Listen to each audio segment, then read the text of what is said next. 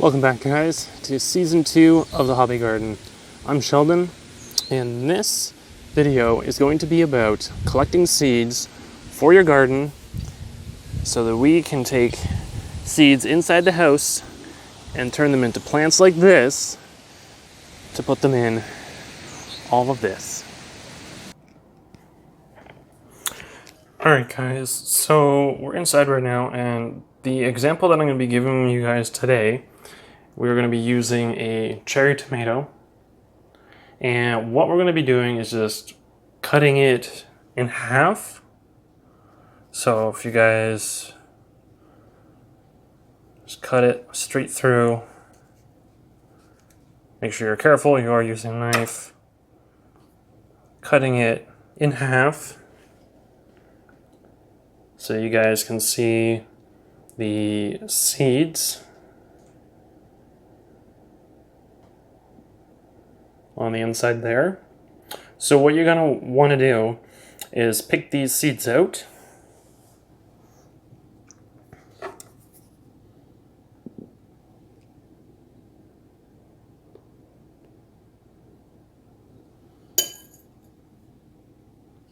Now you guys don't need a lot, but I would say probably half a dozen at least.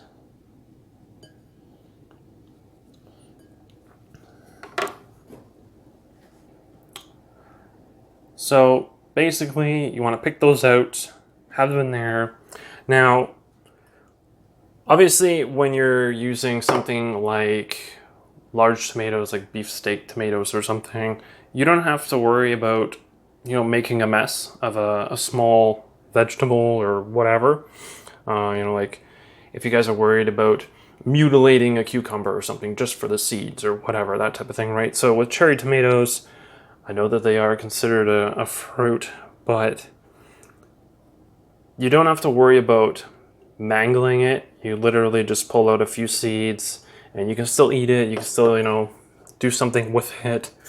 And what you're going to want to do is use paper towel, put the seeds on the paper towel, have them dry out. Generally, I recommend a week, just to make sure that they are completely dried out. And then what you're going to want to do is have your seeds in a tin. Now make sure that they're completely dried out, because you don't want to have moisture in there, because if there's moisture in here, then you're going to end up with mold, and you don't want that.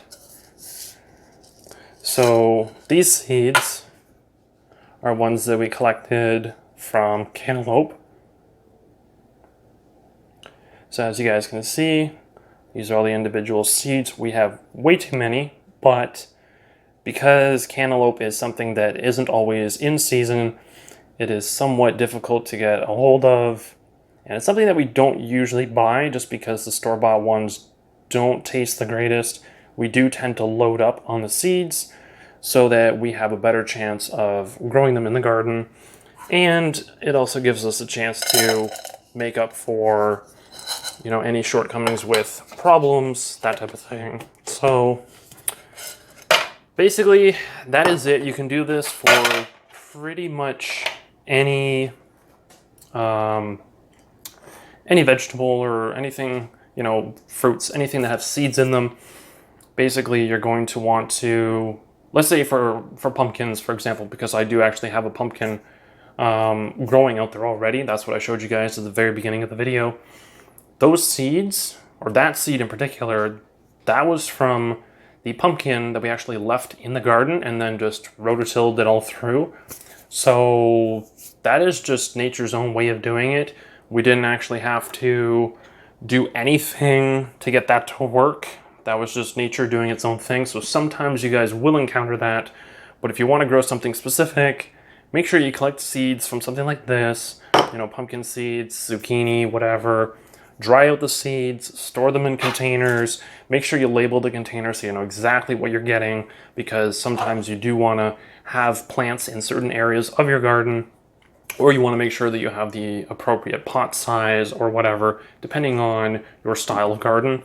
So that is just a simple introduction into how to be collecting your seeds, drying them out, and preparing them for when you want to put them into soil to get your germination going of your plants or your seeds into plants, and preparation to put them into the garden, which is ready to go for me anyway.